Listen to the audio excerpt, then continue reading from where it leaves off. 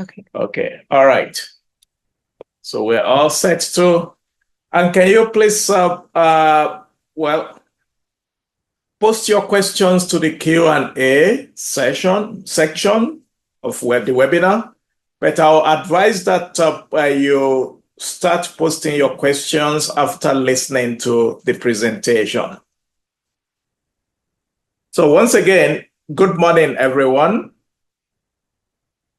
My name is Omolade Adumbi. I am a professor of anthropology, Afro-American African Studies, as well as law at the University of Michigan here in the United States. I'm also the director of the African Studies Center, and I am here with my team, and I'll call on them to introduce themselves briefly. Then I'll go over the agenda with you guys. So, Marwa, please. Hello, everyone. I'm Marwa Hassan. I work at the African Studies Center as the academic program specialist. Hi, my name is Tay Palm. I work at the African Studies Center. So I work on the UMAPS program and then NRC outreach. Okay. All right, thank you. So here is the agenda for today. I'm going to give an overview of the program, then go over the eligibility requirements, then make a distinction between direct application and applications that follows the nomination route. Then let you know what the online application tax will be and how to craft a good proposal for the program and what reviewers will be looking for when reading your applications. Then at the end of the presentation, I'll welcome your questions. We'll be happy to answer all of your questions. And please make sure you post your questions to the Q&A section of Zoom. So once again, welcome.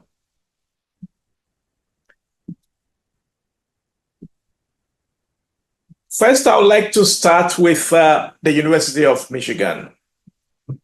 So as you can imagine, the University of Michigan is in Ann Arbor, in the state of Michigan, and it is the #1 public university in the United States. And in terms of world reputation ranking, it consistently ranks among the top 16 best universities in the world. And it depends on which of the rankings you're looking at, which of the ranking organizations you're looking at, whether it is Times Higher Education or World Ranking of Universities. But in all of these rankings, the University of Michigan usually is ranked among the either top 16 best universities in the world or among the top 20 best universities in the world. And the research expenditure at the university for 2023 was about $2 billion. And this covers all of the research activities that are conducted in the 19 schools that made up the university. And as you can see on my screen, the 19 schools are architecture, art and design, environment and sustainability, engineering. I'm not going to read all of the names. Social work is included, public health, medicine, and which is why when we welcome UMAPS applications, we welcome applications from all of the disciplines that are covered in our 19 schools.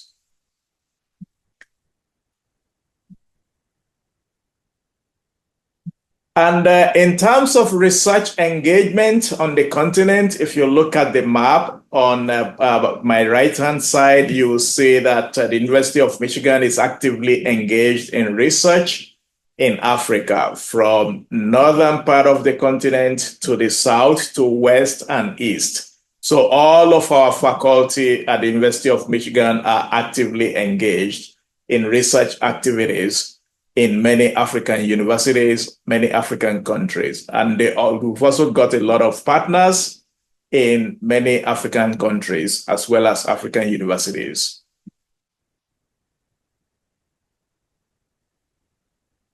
Now to the UMAPS program. So it's named after the president of the university, and it started in 2009.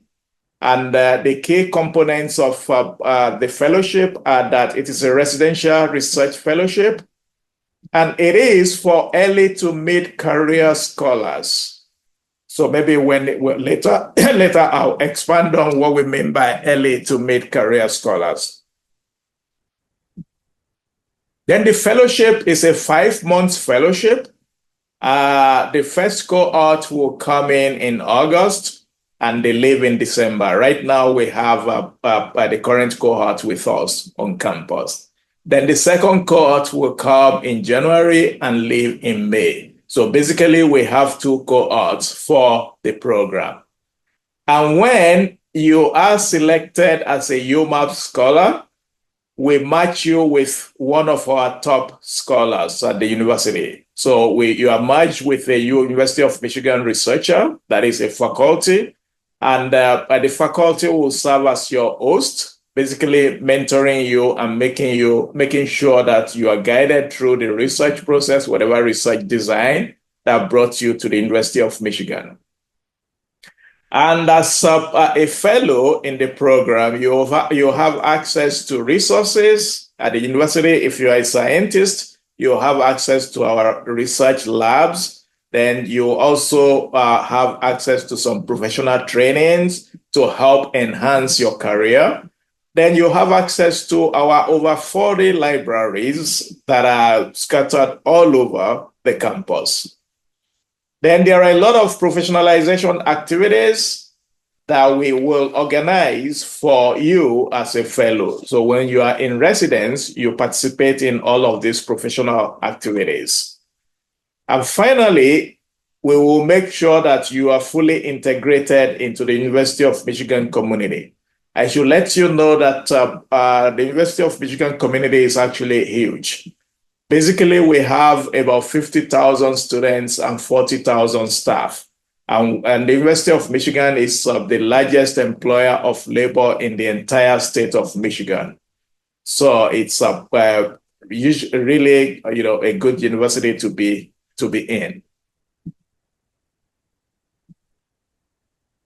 To date, we've hosted over 250 scholars.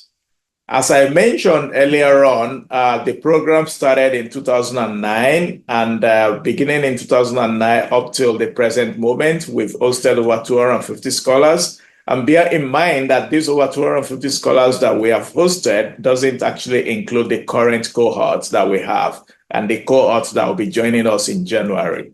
So right now we have 11 scholars in residence, and we are welcoming another 12 scholars in January. And many of our scholars have come from countries that you see on the map on the left, countries such as Ethiopia, Uganda, Ghana, Nigeria, Liberia, South Africa, Kenya, Rwanda, Democratic Republic of the Congo, Tanzania, and several other African countries. Sorry if I didn't mention your country. Don't please pardon me. It's because I can't mention all of the countries. We've got just a short period of time for this webinar. And many of our scholars either come in with a master's degree, but they are currently working on their PhD. And we've had scholars who come into the program and defend their PhD while here, PhD dissertation while here. And we've also had scholars who come here and use the opportunity of the fellowship to complete chapters of their thesis or PhD thesis or PhD dissertation, as the case may be. Then it doesn't mean that we only target those who are doing their PhDs. No. Like I said, the program is for early to mid-career scholars. So if PhD holders also participate in the program, we've hosted a lot of those who have just obtained their PhD or have obtained their PhD in the last 2, 3, 4, or 5 years and needed time to come write material, to come write research materials for publication. So the fellowship provides the opportunity for you to come here, write or do research that will enhance your career. So as you see on the graph on the left, which is kind of outdated, it's from 2021, but it is still relevant. So we've had people, about 15.4%, with degrees in progress. Then we've had 19.8% with no terminal degree. Then we've had people like 32.7% who came into the UMAPS program while trying to obtain their PhD. So it's people just come from a variety of areas and variety of disciplines to participate in the program. And in terms of gender balance, when the program started, it was screwed more towards male. But in the last few years, we have tried to balance that. And now, when we select scholars, we make sure that there is a gender balance. And in fact, we've had instances in the last 2-3 years where we've had more women in the program than men.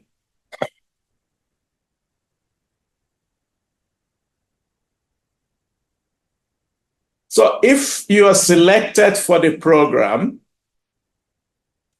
the question is, what does the program cover? First is we cover your application fee, your visa application fee, as well as your service fee. Service is required to be paid by whoever is coming into the United States for any program. The United States Department of State require that service fees will have to be paid. So in addition to paying your visa application fee, we also help to cover your service fee. Then we pay your airfare and get ground transportation to pick you up at the airport when you arrive here. We provide housing, and the housing that we provide is actually very nice. For many of you who have talked to our previous scholars, they must have told you how comfortable the housing that we provide is. Then, but there will be health insurance. So you have health insurance, or you have your health insurance covered by us, and we'll be paying you a stipend for living expenses every month. So for 5 months that you are here, your living expenses, you'll be entitled to a stipend as for your living expenses. Then we'll also pay you a one-time research stipend. And the expectation is that when you get this research stipend, if you want to buy books, or if you have some equipment that you want to use in your own lab, if you're a scientist, when you get back to your home university, the stipend that we expect will go towards making those important purchases. And the expectation from us is that while you are here, your home university, as part of their contribution to bringing you here, will make sure that your salary and other emoluments are continuing to be paid, and that they free you from every teaching and administrative responsibility while you are here as a fellow for UMAPS.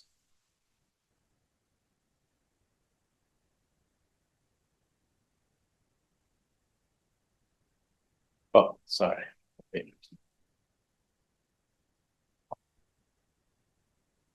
And like I mentioned earlier on, the program has actually been very, very successful. And that is why for many of our former scholars, they continue to serve as an ambassador for the program. And right now we have an alumni network that we just started for the program. And each country where we've had scholars come from, they have their alumni representative or coordinator. And the whole idea for us is to have an Africa-wide UMAPS alumni network so that we can also begin to bring everyone together as a group in the future. And as you can see from this quote, some of our scholars, our previous scholars, have a lot of good things to say about the fellowship. And the interesting thing I should also point out is that many of these scholars who participated in the program are still continuing to partner with our faculty colleagues who hosted them or who were their mentor while they were here. And we've had instances where many of those previous scholars will come back to Michigan to participate in a research colloquium or to participate in a research partnership with their host or to work on publications. A good example of that is the person you are seeing the quote on your screen right now, Osisipo Feleni, who has just been promoted as an associate professor at the University of South Africa. And she found the program to be highly beneficial. And she tells everyone in South Africa and elsewhere that the program has actually helped to enhance our career.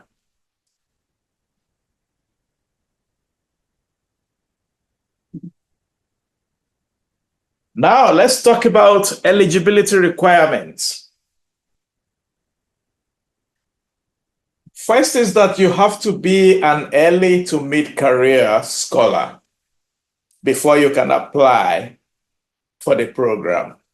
And what we mean by early to mid-career scholar is that we expect you to not have been teaching for more than 10 years in higher education in Africa. And we also expect that you'll be currently employed in an ongoing position at a university or college in Africa.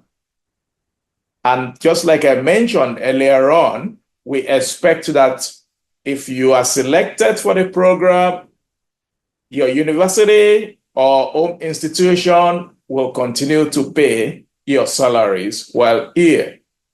And also, we will expect to see a letter of recommendation from your head of department or the dean of your faculty or the vice chancellor of the university attesting to the fact that they are releasing you to come participate in this program.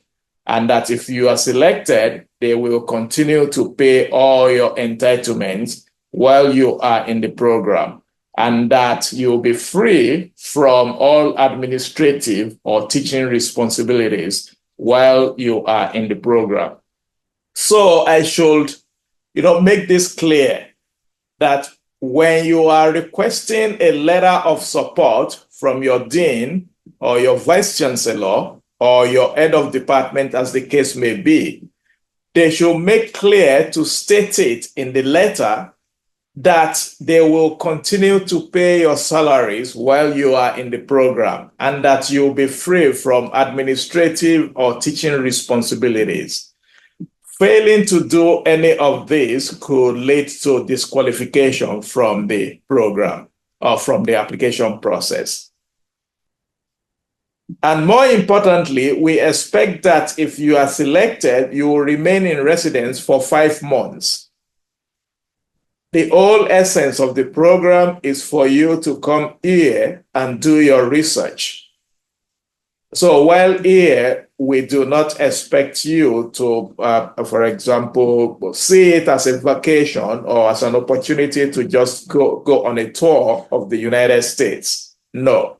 So we expect you to be in residence for 5 months while you are here.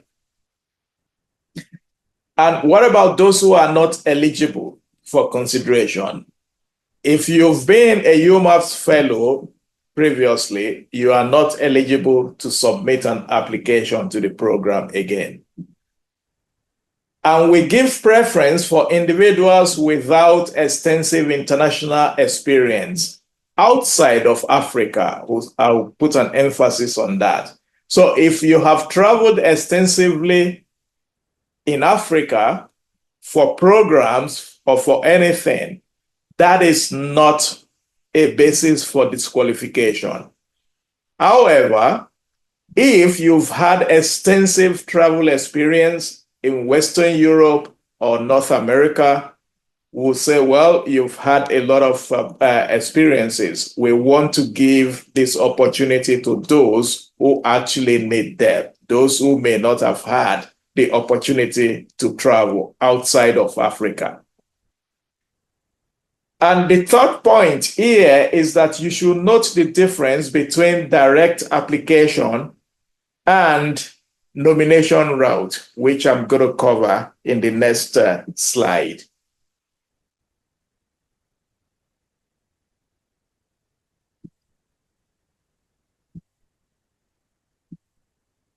So we are currently accepting applications. October 15 is the deadline.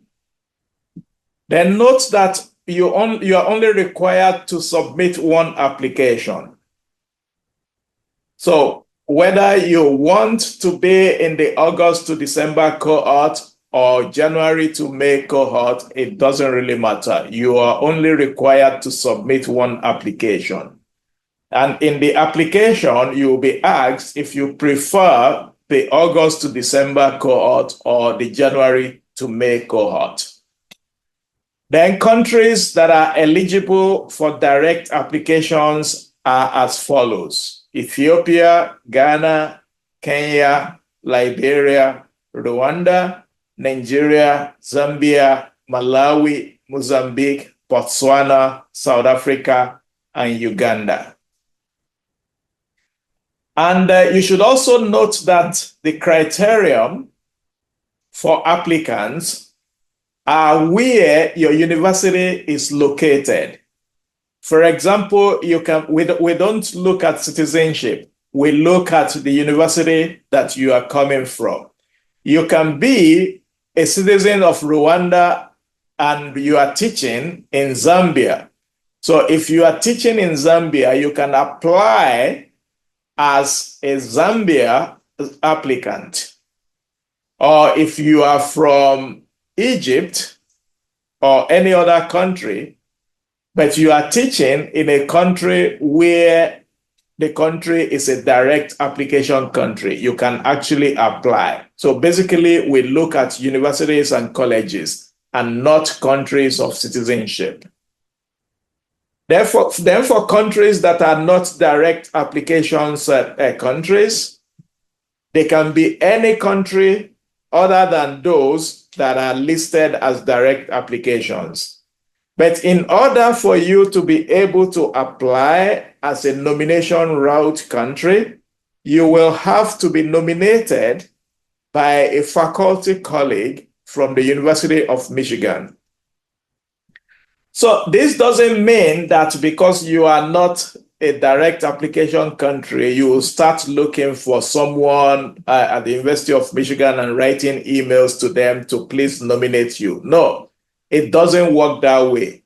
You must have had an established relationship with that colleague, maybe for a year or two, before you can ask such a person to please nominate you for this opportunity. And if you are nominated by a faculty colleague here, I should also point out that being nominated is not a guarantee that you'll be selected. Being nominated basically suggests that you can now go into the application portal and fill out the application and submit, just like people from direct application countries. So that is what that is all that what that means. What it means to be from to follow the nomination route. So basically, the UM faculty will initiate the application through submitting a nomination, and when we see the nomination application submitted by our colleague here, then the system will send the application portal registration to you, where you can now fill in the application and submit.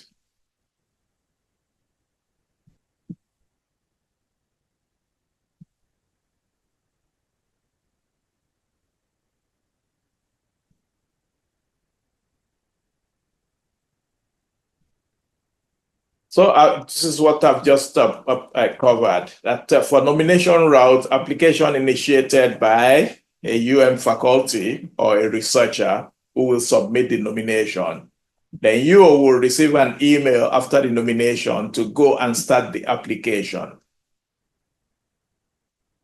At the same time, you should bear in mind that you still need to get a letter of support from your own institution that will indicate whether they will continue to pay your salaries or whether or not, or whether they will free you from administrative responsibilities or not.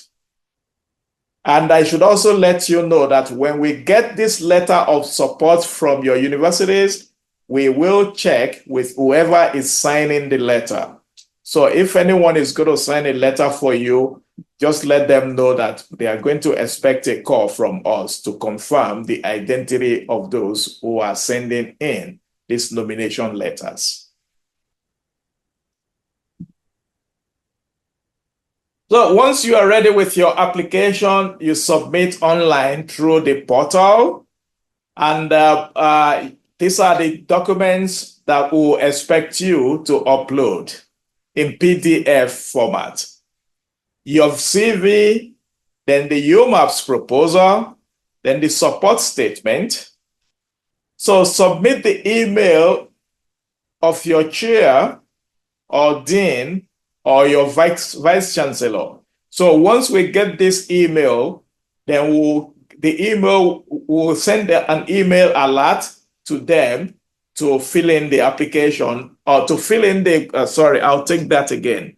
So once we get an email, once your vice chancellor gets an email, then they will have the opportunity to upload their letter of support to the portal. So you should make sure to let whoever is going to write a letter of support for you know that they should expect an email from us once you give us their name.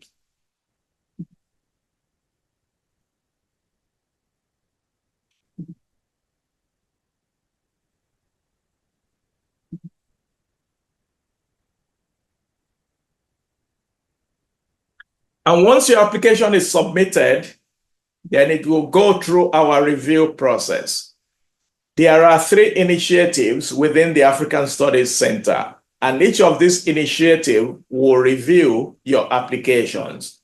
So African Humanities and Heritage Initiative, these are humanities, arts, qualitative social sciences. So if your applications fit into this category, we will send your application to them.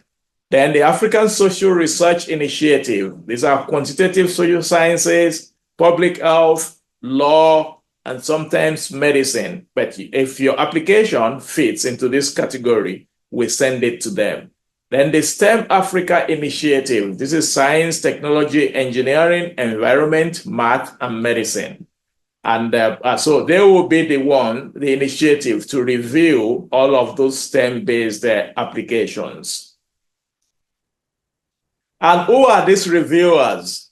The reviewers are basically those who are in your field. They are professors, researchers, as well as staff from a range of different fields. And bear in mind that you are writing for experts in your field, and you are also writing for a general academic audience. So do not say that because your application is in the STEM field, therefore you are not going to write in such a way that someone like me, whose discipline is anthropology and African studies, will not understand. So make sure that you prepare your application in a language that everyone will be able to comprehend. Of course, that doesn't mean that you are not going to follow your discipline's language. Will encourage you to follow your discipline's language, but at the same time, make it simple and comprehensible.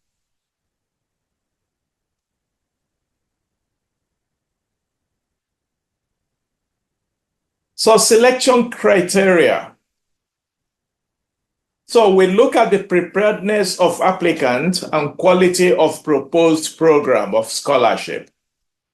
So we are not particular about any program, any scholarship, any research endeavor that you want to engage in.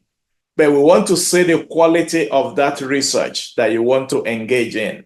And we also want to see that there is a fit, there is an academic fit with interest of all of our initiatives, whether it is AHI, ASRI, or STEM Africa. Then more importantly, we try to balance our cohort in terms of topic, in terms of field, in terms of gender, basically in terms of diversity. And when I say diversity, it means diversity of countries as well as diversity of disciplines. We do not want a situation where most of our scholars will come from just one country. We want to be able to diversify our scholars from across the continent. The key to being successful is also having a letter of support from your own institution. I cannot just emphasize this enough. I've seen candidates disqualified because the letter of support did not indicate that their salary will continue to be paid while they are in residence. So if you are going to get a letter of support, I'll say it again. Please make sure that the language that says your salaries and other entitlements will continue to be paid while you are in residence is inserted in the letter. If we read the letter and we don't see this there, we just remove your application from the pool.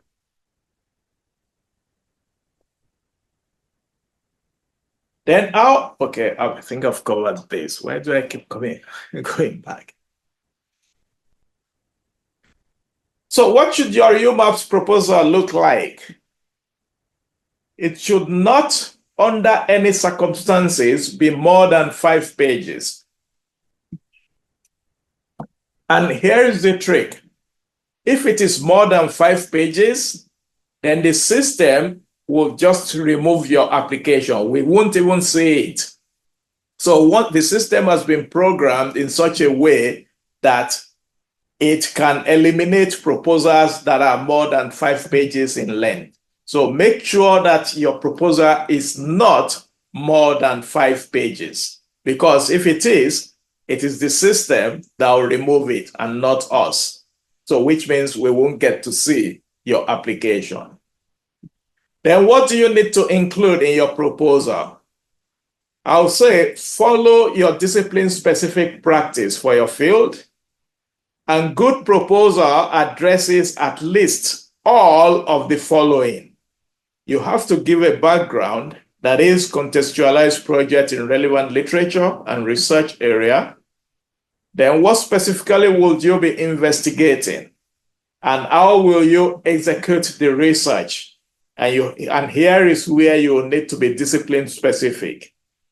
Then more importantly, what milestones, that is milestones and target dates for your UMAPS fellowship.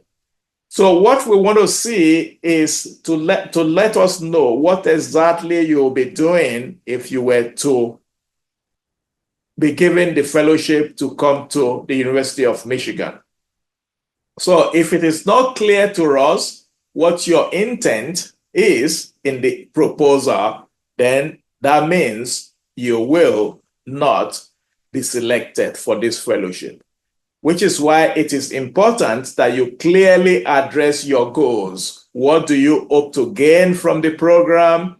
Why do you want to come to the University of Michigan? What outcomes do you expect? For example, do you expect to work on your thesis?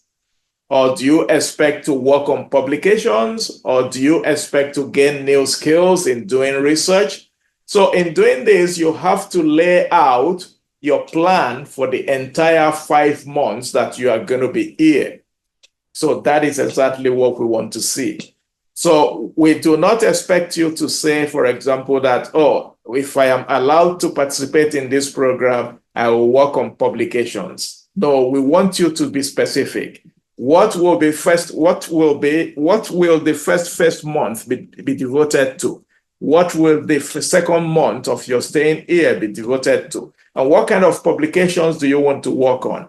If it is a PhD thesis, what is the topic of this PhD thesis and what chapters do you intend to work on while here?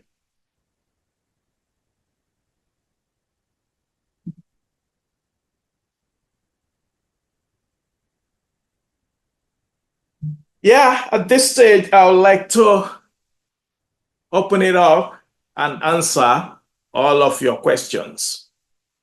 Thank you. Great, you can. Yeah.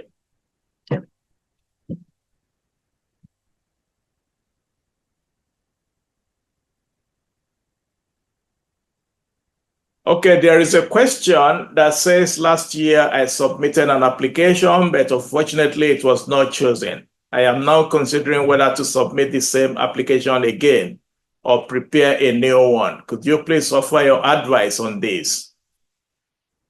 This is a very straightforward. If your application wasn't chosen last year, it means it is not good enough. They didn't find it good enough for the program. So why do you want to submit an application that was not selected? So if you are interested in the program, I will expect you to work on a completely new application based on what I've just described in this presentation.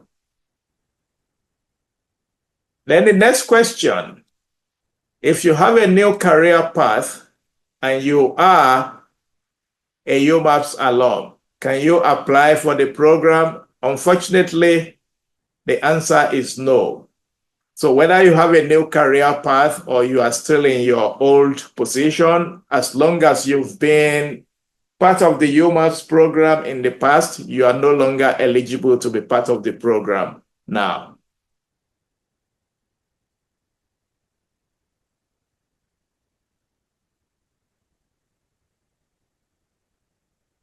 So is there any special scholarship opportunities for persons with disability at the University of Michigan? I will make it clear again that in the program, we do not discriminate on the basis of, we do not discriminate. We are an inclusive university. So I'll encourage you to prepare your application and submit it.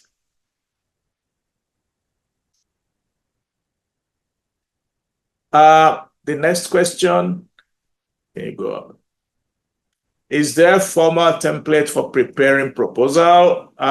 Just like what I've described in this presentation. So what we expect to see is a 5-page proposal based on your discipline, the language of your discipline, but in a way that also makes it accessible to everyone. So we cannot say this is the format that you should follow. So I'll say just follow what I've described in this presentation.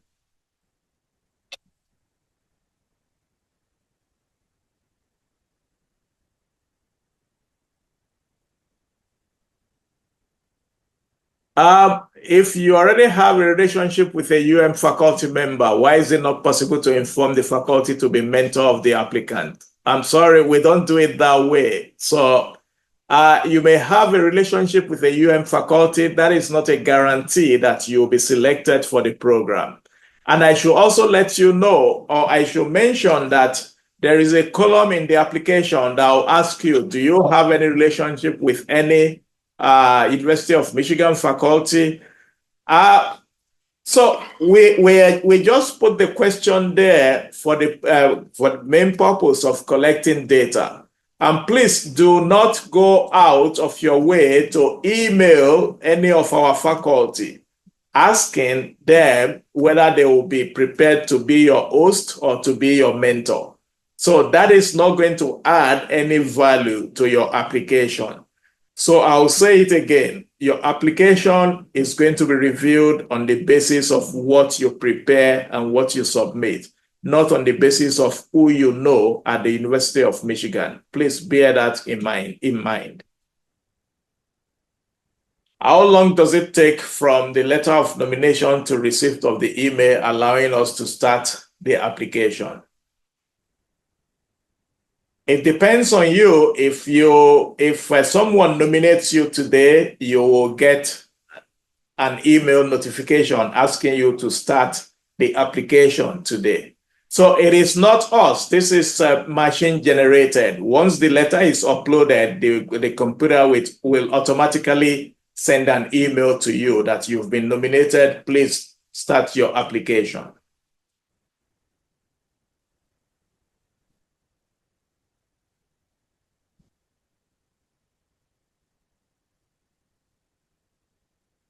Yeah. So for this one, if you are a master's student and still continuing with a PhD and currently a graduate student, a graduate assistant, and not a permanent faculty member, I'll say the answer is no. But if you can get a permanent faculty position at the university, that will guarantee that way you can apply to the program. We want those who are actually teaching at a university. So the goals of research, well, it depends on your discipline and it depends on what you're working on. So the goals of your research should be what you plan to achieve with your research. But more importantly for us is what you plan to achieve if you are given the opportunity to be here.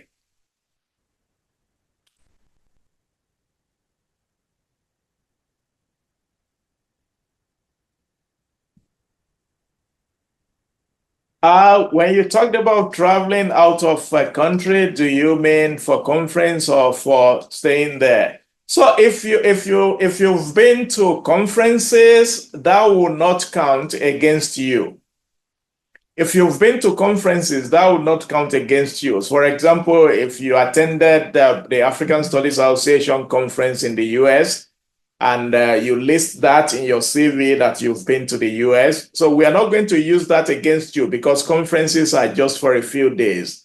But if you've participated in a fellowship, in a residential fellowship in the US or anywhere in Western Europe, that will count against you. But I should also note that in the post-COVID era, I've seen a lot of people participate in residential fellowship that are virtual. So when you are preparing your CV, make sure to be clear that even though you got a fellowship to Oxford University, but you were not physically present there.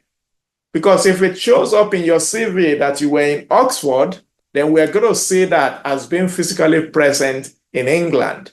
But if it is a virtual fellowship that you were just maybe in Ethiopia, doing the fellowship with Oxford virtually, that will not count against you because you didn't travel to Oxford or anywhere. How can you get supervisor? Please let me know clearly. To repeat again, when your application is successful, it is our responsibility to assign someone to be your mentor or your host while participating in the program. So it is not your responsibility to look for a mentor or to look for a host. And please do not email anyone asking them to be your host. That may work against your application. Please bear in mind that we are the one to assign someone to be your host. Are postdocs considered? That's a very good question. If you are a postdoc, as long as you have a teaching position, you can apply.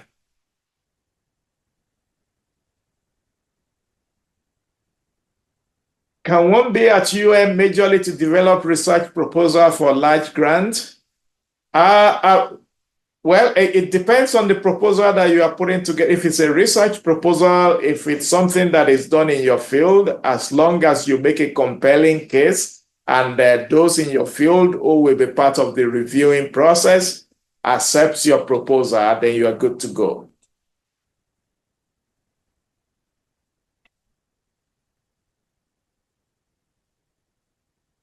So the university where you are an employee will write a letter of support for you. So I know that there are some people who are students, PhD students at another university, but teaching at their home institution. So in that case, your letter of support should come from where you are employed as a lecturer.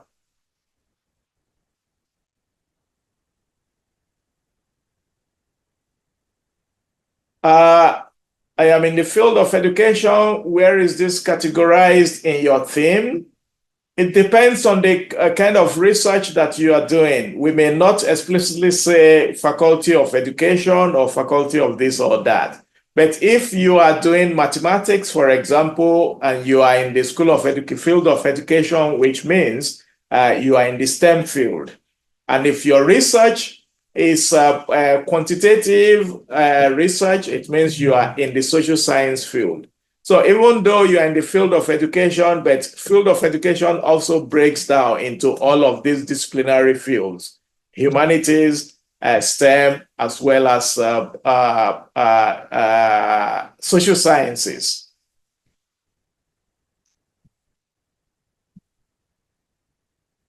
Yeah, if you have a project that you've worked on, can you bring it? Of course, that is the essence of coming to do research. You are working on a project and you want to finalize that project, or you want to finish the project. So that is absolutely something that you can do.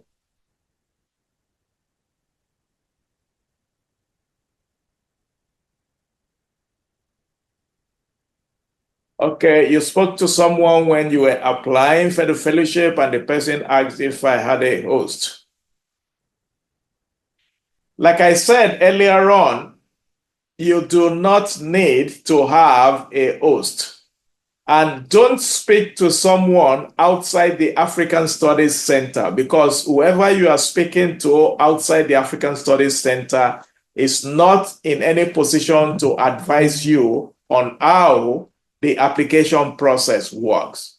This is an African Studies Center program at the University of Michigan. Please do not speak to anyone and get second-hand information. So your go-to place, if you have any question, should be us and not anywhere else. So I am a fresh applicant and we are two from the same university, although from different fields. Can we both go on with the application? Absolutely. You are applying as an individual, not as someone from the same institution.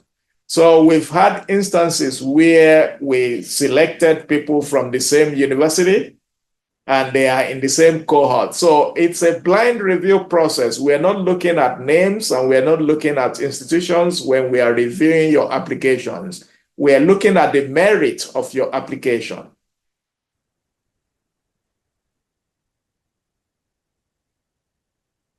Well, how can an applicant know that his or her application was not successful because home institution did not state the expected requirements? Well, it is your responsibility to make sure that it is stated. You know, we receive over 2,000 applications every year, so we cannot go out there to say your application was not successful because your university did not say that they will pay your salaries. No, we can't respond to all of those issues. So it is your responsibility to make sure that you are clear about what the expectations are when they are writing your letter for you.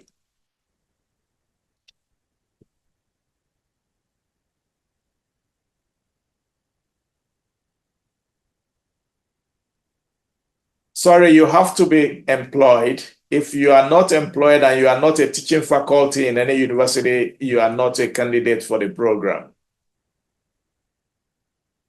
Counting the 10 years of teaching in a higher institution, do you also count the years when you were a junior faculty before graduating with a PhD?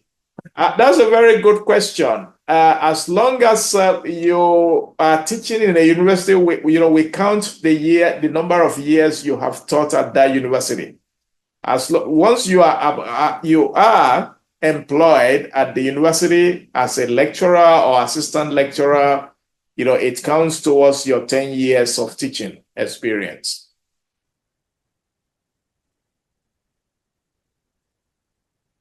Is there any other fellowship in U of M that could accommodate more than 10 years of teaching and research experience? There are a lot of fellowship opportunities at the University of Michigan, and I would say you should search for that.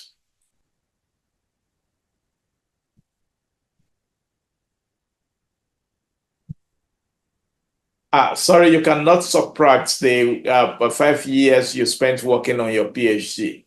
But if you started teaching while doing your PhD, then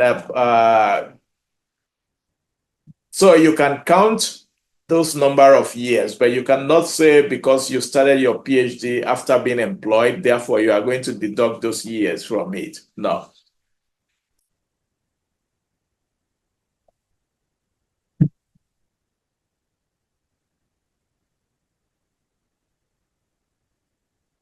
As someone from Ethiopia, Ethiopia is an open application country. So you do not need someone to nominate you, whether you are from South Africa or you are from Ethiopia. So you are good to go.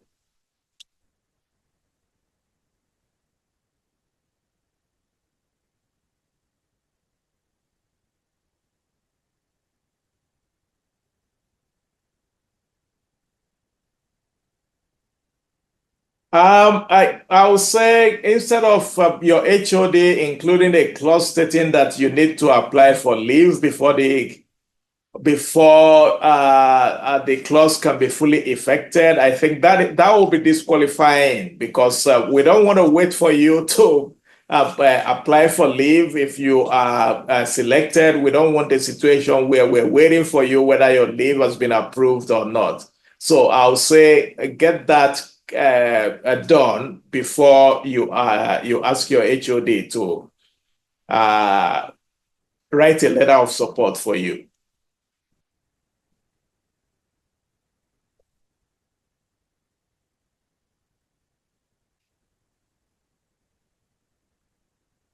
No, if you are working on your thesis and you submitted an application last year based on that, you can definitely, submit on the same topic, but you have to think about why you were not successful last year. What did you do wrong in the application? So I'll suggest that, if you are working on your thesis, of course, we want you to come and finish your thesis while here.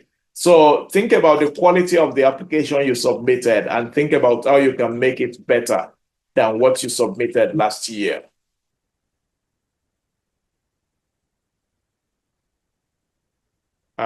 Next question.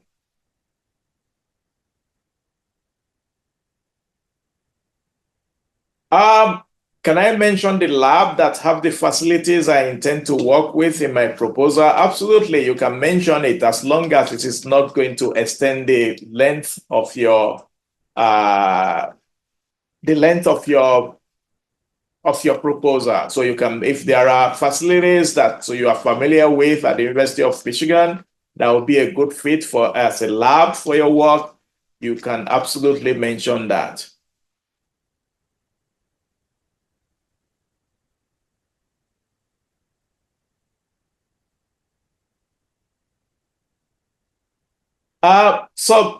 You were employed 11 years ago as a graduate assistant, but you only started teaching in 2017. If 2017 was when you started teaching, that is what you should include in your CV. So you are qualified to apply. But if you put it in your CV that you've been teaching for 11 years, then those reviewing may disqualify you on that basis. So you have to be clear about what is included in your CV.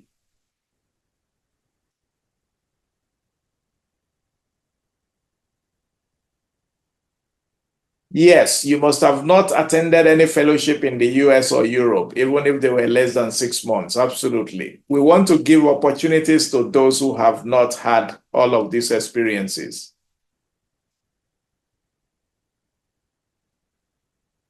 Oh, I think I've answered this. We can move to the next.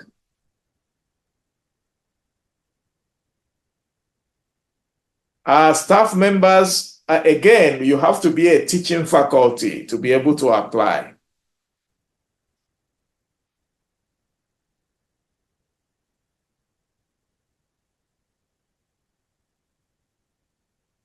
If your application is successful and because it takes time to process visa and process all your traveling documents, if there is a change in your research, then you should let us know because we want you to be successful. So it would be better for us to know that there is a change in your research despite the submitted proposal. But it's not something to worry about. The most important thing is to get accepted into the program first.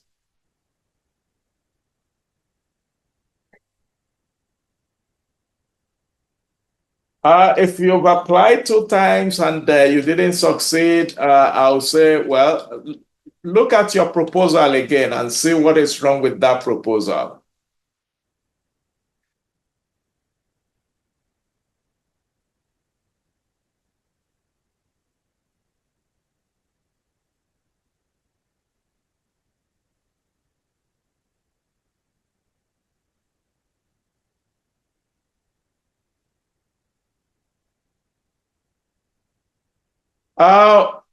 So an alum told you they submitted 12 pages, but your presentation states that only 5 pages are allowed. Yes, only 5 pages are allowed.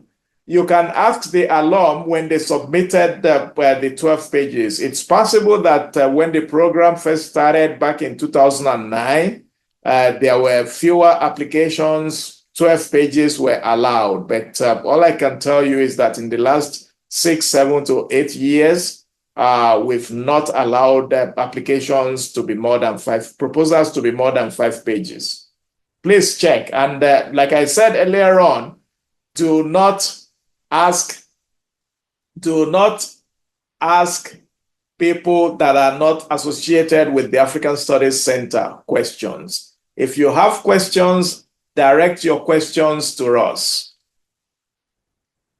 Can the fellowship be used for a dissertation to book project? Absolutely. We've had scholars who end up publishing their dissertation as a book with some of the top university presses in the United States. And part of the professional training that we will organize for you if you are selected is how to turn your dissertation into a book. So we have people at the University of Michigan Press that conducts that training every year when we have scholars in residence. So you are absolutely welcome to work on your dissertation and try to turn it into a book.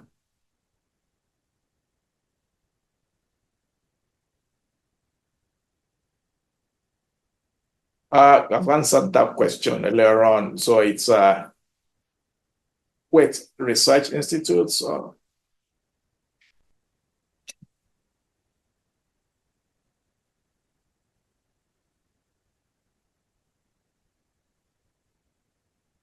we can go back to, that's fine. Wow, still a lot of questions to answer. So it's again, teaching faculty. If you are not a teaching faculty in your university, you are not qualified to apply. Visiting lecturers eligible to apply. I don't know what you mean by visiting lecturers. If you are teaching in a university and you are visiting another university as a lecturer, absolutely you can apply, but you need letter of support from your home institution that employed you. So the webinar will be posted. If you've missed any part of it, we're going to post it to our website so that you can see all of those things I talked about earlier on.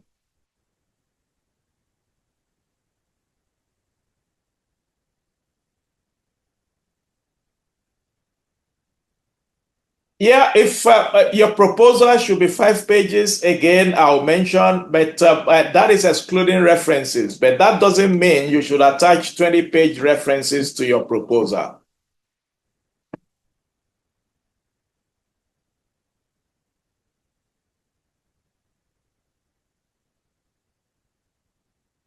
Can this present? Oh, sorry, what's the question again? This one? Yeah, is this fellowship, can it accept only for publication or finishing large project? Whatever project you are working on, as long as you are able to put it into a 5-page proposal, you are good to go.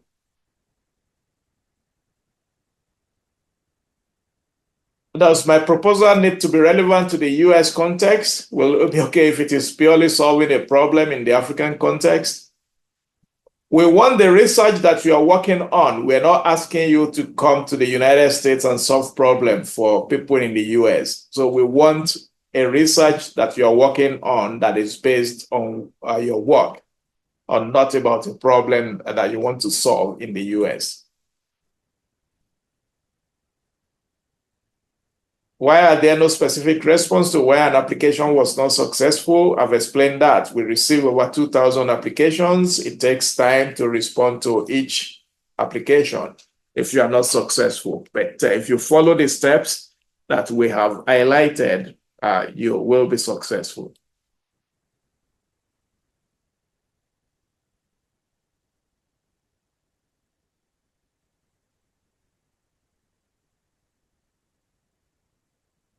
I think I've answered this one. If you've been to conferences in Europe or North America, and it's just for a few days, it doesn't count against you, as long as it is not a fellowship that is for a few months. I just dismiss the ones I've answered. Is there any font size for the proposal? The standard size is times New Roman 12, 11 or 12.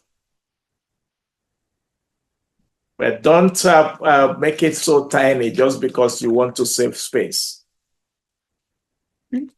Actually.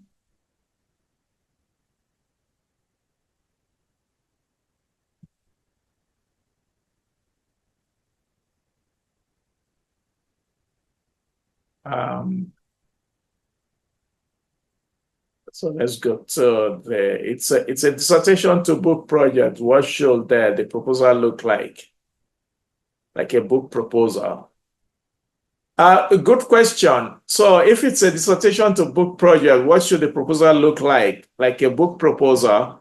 No, not like a book proposal. Just give a synthesis of what your dissertation is about and make it clear that your intention is to come and work on a book proposal as well as turn your dissertation into a book if you are selected for the program.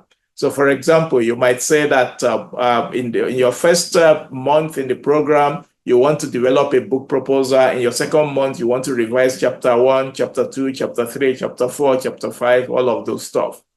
So that should be good. If you are from Kenya, you are an open application country. You do not need anyone to nominate you.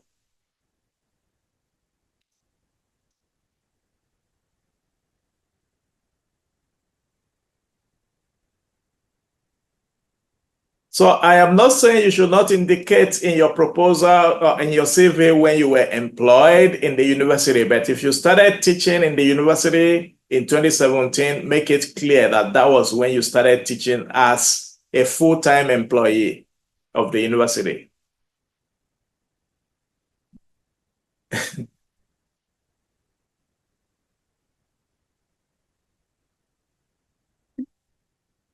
Just dismiss, yeah. Yeah, just dismiss that one too. Yeah. So next question. I think I've answered that. This one. Okay, we've got a few more minutes to wrap up, and I'm just running through all of your questions right now.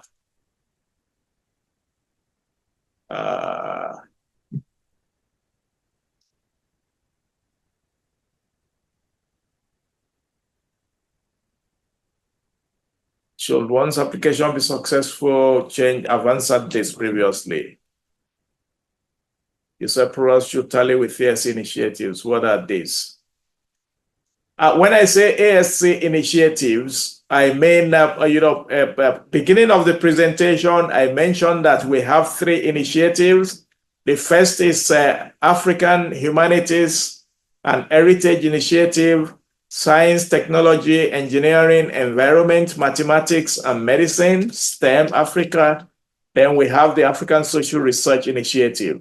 So when I say initiative, I meant the 3 distributional areas of academic endeavor, which is social sciences, sciences, and humanities. Started teaching in September 2014, had a career break for maternal leave. Please, can I still apply? Please make that clear in your CV that you had the maternal break. Oh. Yeah, maternal break.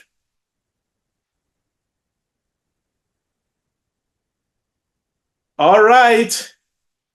I've tried my best to answer all of the questions. So my PhD was a sandwich between a European university and my university in Africa. I used to travel 5 to 6 months in Europe. Well, you've experienced Europe 5 to 6 months several times. Please, let's give the opportunity to those who have not.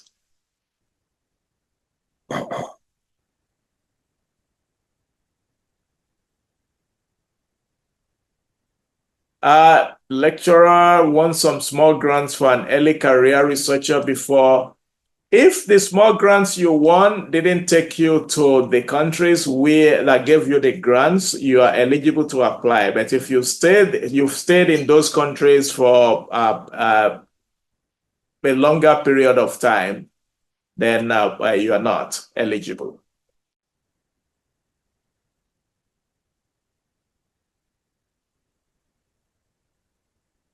Please prepare your CV as you would have for a professional organization.